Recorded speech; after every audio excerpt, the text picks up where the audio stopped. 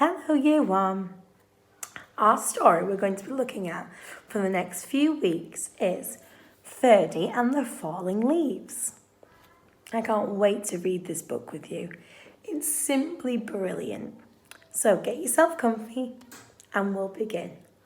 You'll have to forgive my voice, it's going. So, Ferdie and the Falling Leaves. The world was changing.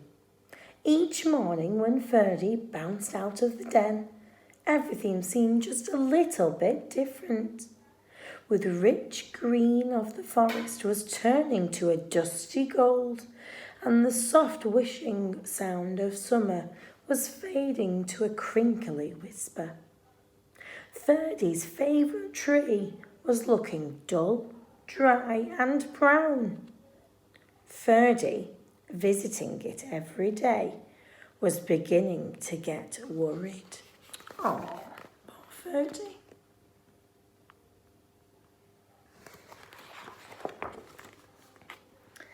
I think my tree is ill, said Ferdie. What's wrong with it? Asked Mummy. Its leaves are turning brown, said Ferdie. Don't worry, it's only autumn, smiled Mummy. Ferdie trotted back to his tree and patted the rough bark. Don't worry, it's only autumn, he said. You'll soon be feeling better.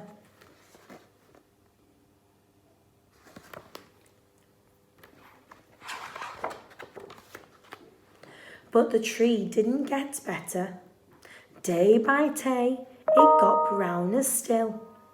One day, as Ferdie sat under the tree, the wind began to blow. A small brown leaf blew off the tree and drifted towards the ground. Ferdie jumped up and caught it very gently in his paw.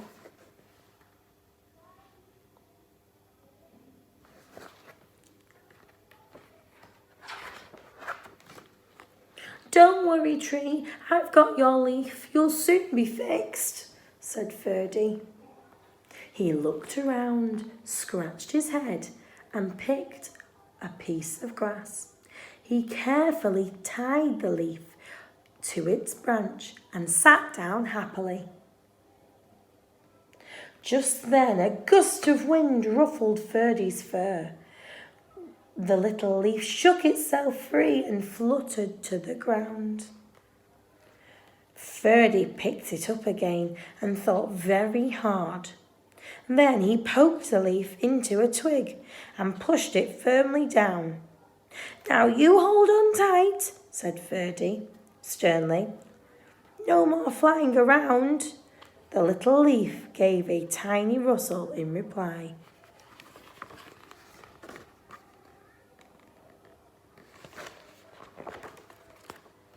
The next day, a strong wind was blowing through the forest.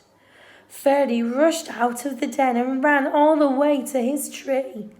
Lots of its branches were brown and bare, and little lost leaves whirled everywhere. Don't worry, tree, he called in alarm. I'll catch them for you, I promise. Round and round and round whirled Ferdie after the twirling leaves. Oh.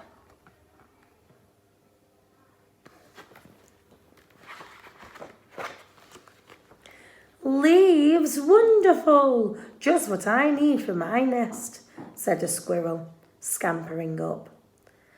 But these belong to the tree, said Ferdie. Don't take these away, said Ferdie. The tree doesn't need them anymore, said the squirrel, and he bounced, and off he bounced. Help, help! The wind and the squirrel are stealing our leaves, cried frantic Ferdie. Leaves? Marvellous! Just what I need to keep warm, said the hedgehog, rolling around. But these belong to the tree, said Ferdie, plucking leaves from the hedgehog's prickles. Not any more, snuffled the hedgehog, and away he rolled. Help! The wind, the squirrel, and the hedgehog are stealing our leaves, cried a frenzied Ferdie.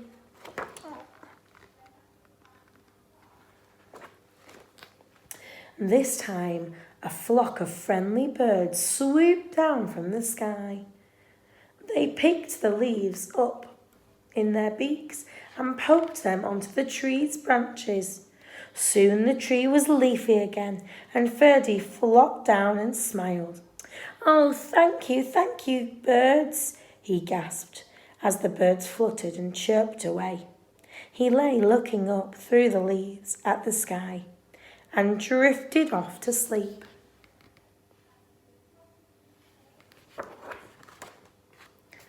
But still the wind continued to blow, and still the branches danced. The leaves shivered and shook themselves and began to wiggle free. They tossed and turned and twitched and twirled and tumbled to the ground. They brushed Ferdie's ears and nose and filled his dreams with a whispering sound.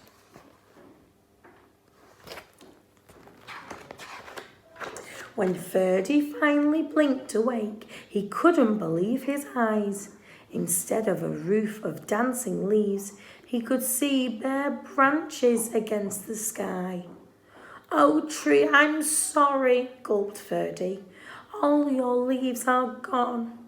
But when he saw high in the branches one small leaf still holding on. I won't let them steal that one, said Ferdie, and he began to climb. He wriggled along to the last leaf and held it firmly onto the branch. All day long the wind blew and the branch bounced, and Ferdie held tight. I'll stay with you, leaf, he gasped. Don't worry that all your friends have gone. Oh, poor Ferdie. But then, with a sudden whoosh of wind, the branch bounced high with a whispered blip, and the leaf let go and fluttered like a little flag, clutched in Ferdie's paw. Oh no, it's come off the last leaf. Ferdie looked sadly at the leaf. The tree's last leaf he had promised to save. He carried it carefully down the tree and all the way back to the den.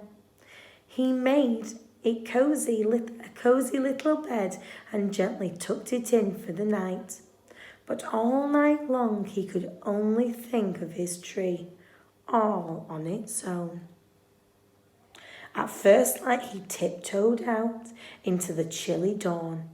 The wind finally stopped blowing, and the air was damp and cold. The moon still hung in the clear sky, and pale stars glimmered. As he came to his favourite tree, Ferdie saw a magical sight. I wonder what he's going to see. Ferdie saw. The tree was hung with 1,000 icicles, shining silver in the early light. You are more beautiful than ever, whispered Ferdie to the tree made of ice. Can the squirrel and the hedgehog keep your leaves for the cold winter nights? A tiny breeze shivered the branches, making a sound like laughter. And in the light of the rising sun, the sparkling branches nodded.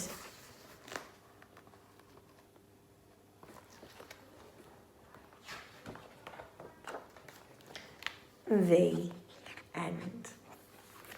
I hope you enjoyed Ferdie and the Falling Leaves, children. He was just trying to look after his favourite tree. But we know that it's natural for the leaves to fall off. Hope you enjoyed it. Bye.